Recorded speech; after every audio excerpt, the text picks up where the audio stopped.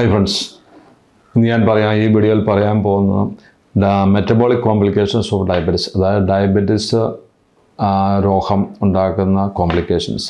അതായത് സാധാരണ പ്രമേഹ രോഗികൾ നമുക്കറിയാം പല വിധത്തിലുള്ള ഇൻഫെക്ഷൻസ് ഉണ്ടാകും. സ്കിന്നുമായിട്ട് ബന്ധപ്പെട്ട് യൂറിൻ ഇൻഫെക്ഷൻ വരാം, അതുകൂടാതെ ബ്ലോക്കുകൾ വരാം, അതുകൂടാതെ കിഡ്നിയെ ബാധിക്കാം, അതുകൂടാതെ നമുക്ക് മൈക്രോവാസ്കുലർ കോംപ്ലിക്കേഷൻസ്, ഡയബറ്റിക് നെഫ്രോപ്പതി അല്ലെങ്കിൽ റെറ്റിനോപ്പതി അല്ലെങ്കിൽ ന്യൂറോപ്പതി ഇങ്ങനെയുള്ള കോംപ്ലിക്കേഷൻസ് വരാം.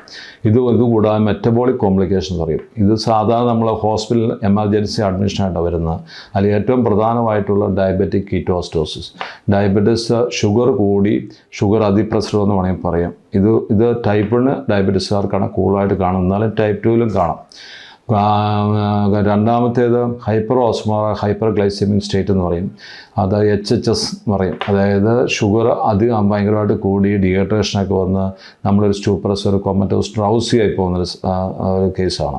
അപ്പോൾ ഈ രണ്ട് കേസിലും നമ്മൾ കാണുന്നത് ഷുഗർ കൺട്രോളല്ല, പ്രോപ്പറായിട്ട് ഇൻസുലിൻ എടുക്കുന്നില്ല, പ്രോപ്പറായിട്ട് ചെക്കപ്പ് ഇല്ല, ഷുഗറൊക്കെ 500-നും 600-നും മുകളിലാണ്. അപ്പോൾ അങ്ങനെ വരുമ്പം അവർ പ്രോപ്പറായിട്ട് നോക്കാതെ വരുമ്പോൾ എന്തെങ്കിലും ഒരു ഇൻഫെക്ഷൻ വരുന്നു. സാധാരണയായിട്ട് നമ്മൾ കാണുന്നത് യൂറിൻ ഇൻഫെക്ഷനാണ്. കൂടുതലുള്ള ഷുഗർ കിഡ്നി ഫിൽട്ടർ ചെയ്ത് യൂറിനൊക്കെ വരുന്നു.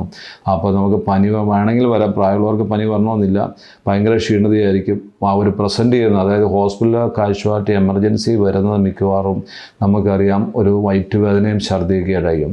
പിന്നെ അവർ ലേബേർഡ് ബ്രീത്തിങ്, അസിഡോട്ടിക് ബ്രീത്തിങ് എന്ന് പറയും, കുസ്മോൾസ് റെസ്പിറേഷൻ. അവർ റെസ്പിറേറ്ററി റേറ്റ് കൂടുതലായിരിക്കും, നല്ല ശ്വാസമുള്ള പോലെ പ്രസൻറ്റ് ചെയ്യാം. ഒരു ഫ്രൂട്ടി സ്മെല്ല് കാണും അവരുടെ ശ്വാസത്തിനും. പിന്നെ അവർ ഭയങ്കരമായിട്ട് നെഞ്ചൊക്കെ പടപടാന്ന് ഇരിക്കുന്നുണ്ടാകും. BP ഫോളായിട്ട് പ്രസൻറ്റ് ചെയ്യാം, ഒരു സ്റ്റൂപ്പർ സ്റ്റേറ്റ് ഡ്രൗസി ആയിട്ട് പ്രസൻറ്റ് ചെയ്യാം. അപ്പോൾ ഇതൊക്കെ കാണുമ്പം 500 മുകളിൽ ഷുഗറാണ് നമ്മൾ ഡയഗ്നോസ് പറഞ്ഞാൽ ഡയബറ്റിക് കീറ്റോസിസ് അല്ലെങ്കിൽ DK എന്ന് വേണമെങ്കിൽ നമുക്ക് പറയാം.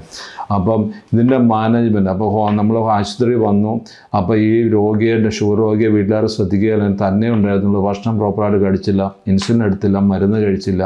അങ്ങനെ വന്ന് ഈ ഒരു സ്റ്റേറ്റിൽ കാഷ്വാലിറ്റിയിൽ പേഷ്യൻ്റ് കൊണ്ടുവരും. നമ്മൾ ആദ്യമേ തന്നെ നമ്മൾ നോക്കും പേഷ്യൻ്റെ വൈറ്റൽസ്, BP എങ്ങനെയുണ്ട്, പൾസ് എങ്ങനെയുണ്ട്, ഷുഗർ എങ്ങനെയുണ്ട്, സാച്ചുറേഷൻ, ഓക്സിജൻ സാച്ചുറേഷൻ, അത് നോക്കി പേഷ്യൻ്റെ ബ്രീത്തിങ് റെസ്പോൺസ് കണ്ടെങ്കിൽ നമുക്ക് മനസ്സിലാവും ഇത് ഡയബറ്റിക് അല്ലെങ്കിൽ HHS ആണ്, ഹൈപ്പർ ഗ്ലൈസെമിക് സ്റ്റേറ്റ് ആണ്. അപ്പോൾ ഉടനെ തന്നെ നമ്മൾ ചെയ്യുന്നത് വെച്ച് കഴിഞ്ഞാൽ പേഷ്യൻ്റ് ഒരു ECG എടുത്ത് നോക്കും, കാർഡിയക് പ്രോബ്ലം എല്ലാം റൂൾ ഔട്ട് ചെയ്യും. പിന്നെയുള്ളത് പേഷ്യൻ്റെ ഷുഗർ നോക്കുക, പിന്നെ നമ്മൾ ഇൻസുലിൻ ഡ്രിപ്പായിട്ട് നമ്മൾ കൊടുക്കും. പിന്നെ ഡീഹൈഡ്രേഷൻ കറക്റ്റ് ചെയ്യണം. നമുക്ക് നോർമൽ സെലൈൻ ഫ്ലൂയിഡ് നമ്മൾ ധാരാളം കൊടുക്കണം. ICUവിലാണ് നമ്മളിത് മോണിറ്റർ ചെയ്ത് പേഷ്യൻറ്റിനെ ട്രീറ്റ് ചെയ്യുന്നത്. പലപ്പോഴും ഇൻസുലിനൊക്കെ നമ്മൾ ഡ്രിപ്പിൽ ഇൻസുലിൻ പമ്പ് വഴിക്ക് ഇൻഫ്യൂഷനായിട്ട് IV ആയിട്ട് കൊടുക്കേണ്ടി വരും. ഇത്ര ഷുഗർ കൺട്രോൾ ചെയ്യുക, അത് മണിക്കൂർ ഇടപെട്ട് നമ്മൾ നോക്കി ഷുഗർ കൺട്രോൾ ചെയ്ത് സോഡിയം പൊട്ടാസ്യം കറക്റ്റ് ചെയ്ത് ഇൻഫെക്ഷൻ ഉണ്ടെങ്കിൽ ആൻറ്റിബയോട്ടിക്കുകൾ കൊടുത്ത് കുറച്ച് ദിവസങ്ങൾ കൊണ്ടാണ് നമുക്ക് കീറ്റോൺസ്, അതായത് യൂറിൻ്റെ കീറ്റോൺസ് കാണും, അത് കുറയ്ക്കണം. pH നമ്മൾ ABG, ആർട്ടറി ബ്ലഡ് ഗ്ലൂക്കോസ് അനാലിസിൻ്റെ pH ഒക്കെ നോക്കണം. അസിഡോസ് ഉണ്ടെങ്കിൽ ബൈകാർബണേറ്റോട് കറക്റ്റ് ചെയ്യണം. അപ്പം അസിഡോസ് ഉണ്ട്, ഹൈ ബ്ലഡ് ഷുഗർ ഉണ്ട്, സോഡിയം പൊട്ടാസ്യം കറക്റ്റ് ചെയ്യണം, ഇൻസുലിൻ ഡെഫിഷ്യൻസി കറക്റ്റ് ചെയ്യണം, കാർഡിയക് പ്രോബ്ലം റൂൾ ഔട്ട് ചെയ്യണം, ഇൻഫെക്ഷൻ ഉണ്ടെങ്കിൽ ആൻറ്റിബയോട്ടിക് ട്രീറ്റ് ചെയ്യണം. ഇത്രയും കാര്യങ്ങൾ ശരിയാക്കിയാൽ ഡയബറ്റിക് കീറ്റോസിസ് മാനേജ്മെൻറ്റ് വരുന്നത്. പിന്നെ ഇത് കൂടുതലും കാണുന്ന ഈ കോംപ്ലിക്കേഷൻ ടൈപ്പ് 1 ടൈപ്പ് 1 ഡയബറ്റിസ്. രണ്ടാമത്തെ കോംപ്ലിക്കേഷൻ ഹൈപ്പർ ഗ്ലൈസെമിക് സ്റ്റേറ്റ്. അതിനകത്ത് ഓസ്മോലാരിറ്റി, സെറം ഓസ്മോലാരിറ്റി ഭയങ്കരമായിട്ട് കൂടുന്നു. മോർ ദാൻ 600, നോർമൽ 300-330 മതി. അപ്പോൾ അതിലും കൂടുതലായിട്ട് 600 മുകളിലൊക്കെ വരുന്നു. അവർക്ക് സോഡിയം ഭയങ്കര കൂടുതലായിരിക്കും, 150-160 ഒക്കെ വരുന്നു. കുറച്ച് നാളായിട്ട് ഭക്ഷണം കഴിക്കുന്നില്ല, വെള്ളമൊക്കെ കുടിക്കുന്നില്ല, ഷുഗറും മരുന്നും കഴിക്കുന്നില്ല. അപ്പോൾ ഷുഗറൊക്കെ മോർ ദാൻ 600 ആയിരിക്കും.